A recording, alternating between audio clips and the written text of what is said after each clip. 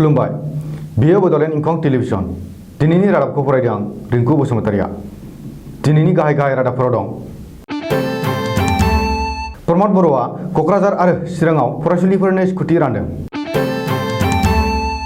विधानसभा बिसायख'थियाव BJP UPPL आरो जिएसपिआ खौसेयैनो बाहागो लागोन 11 मेनिफ्राय मेट्रिक आरो 12 मेनिफ्राय ओइचएस जोबथा आनजाद आबादारि दैदेनगिरि अखिल गगैया उदां अख्रां सिङाव फैसिगोन सन्जीब नार्जारिया राजस्थाननि एडीजीपी महरै थिसनजाबाय दुलाराय बर' फरायसा आफादनि गायसनगिरि गाहाय नेहाथारि रुंसारि कनकेश्वर नार्जारिनि 78थि जोनोम सान फालिदों दानिया आबुं रादाब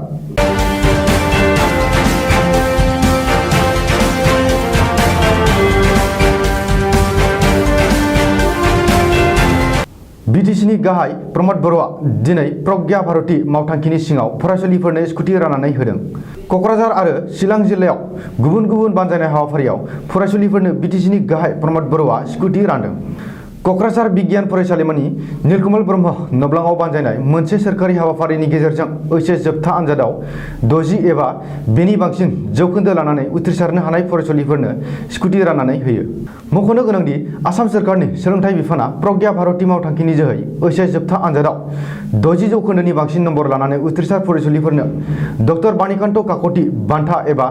गंफा स्कुटि राननानै होनो फोसावखानाय बायदियै दिनै 279 सा फरायसालिफोरनो बे बान्थाखौ राननानै होयो बिटिसिनि गाहाय प्रमद बर'आ बे हाबाफारियाव बिटिसिनि गाहाय प्रमद बर'जों लोगोसे क'क्राझार जिल्ला बेंगिरि भास्कर फुकन डिअ जगदीश प्रसाद ब्रह्म क'क्राझार सरकारि फरायसालिमानि गोरायुं doctor Banbina Narzary MCLA Rakesh Brahma IAS Jaipal Brahma जनता फरायसालिमानि गोरायुं सुबुं मोसाहारि क'क्राझार बिगियान फरायसालिमानि गोरायुं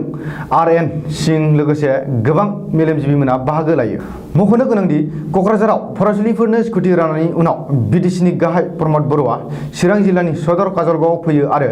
काजलगावआव बानजायनाय फरायसालिफोरनो स्कुटि राननाय हाबाफारियाव गाहाय आलासि महरै बाहागो लाफैयो ओइचएस जोबथा आनजादाव सेथि थाखोआव उथ्रिसार जानो हानाय फरायसालिफोरनो चिरां जिल्लायावबो दिनै प्रज्ञा भारती मावथांखिनि जोहै स्कुटि राननानै होनाय जायो फैबाय थानाय आसाम विधानसभा बिसायख'थियावबो बिजेपि इउपिपिएल आरो जिएसपिनि गोरोबथाया सोलिबाय थागोन बिजेपि इउपिपिएल आरो जिएसपिआ विधानसभा बिसायख'थियाव खौसेयैनो बाहागो लागोन बिटिसिनि सिङाव थानाय मोन 12 बिजाबफोराव मोनथामबो दोलोआ मासि रानलायनानै खौसेयैनो बिसायख'थियाव बाहागो लागोन होननानै बुंदों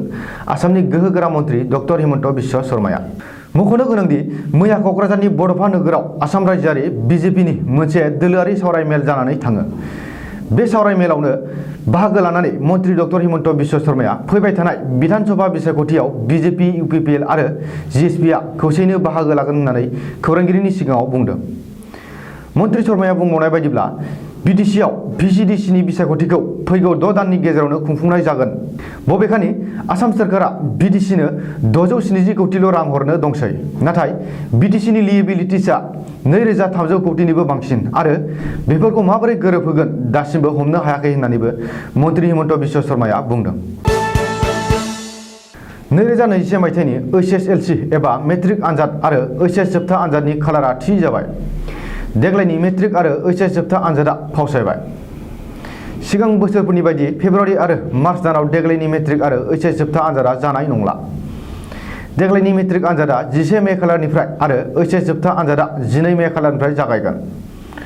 आसामनि सोलोंथाइ मन्त्रि डक्टर हिमन्त बिश्व शर्माया मैया गावनि अफिसियेल टुइटार एकाउन्टआव टुइट खालामनानै बेखौ फोसावदों बबेखानि 11 आरो 12 मेनिफ्राय मेट्रिक आरो ओइचएस जोबथा आनजादा खुंनायनि उनाव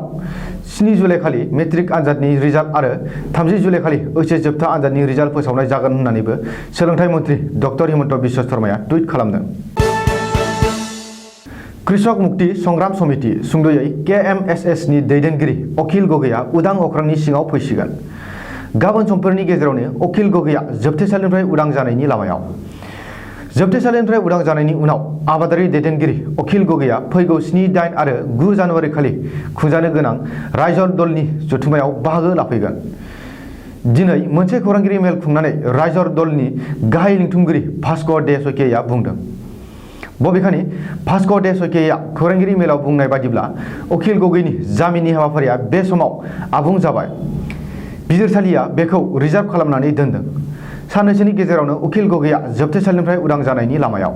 नाथाय सर्बानन्द सनोवाल दैदेननाय आसाम सोरखारा सोलो बाहायनानै उकिल गगैखौ जोबथेसालियाव सोनानै दोनफिनोब्ला रायजो नाङै गोख्रों सोमावसारनाय हाबाफारि लानाय जागोन आरो फैबाय थानाय बिधानसभा बिसायख'थियाव उकिल गगैखौ उदां खालामनाया मोनसे गाहाय इस्यु जागोन होननानैबो बुंदों।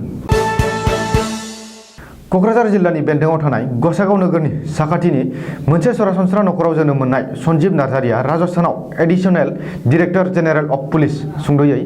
एडीजीपी महरै थिसनजाबाय।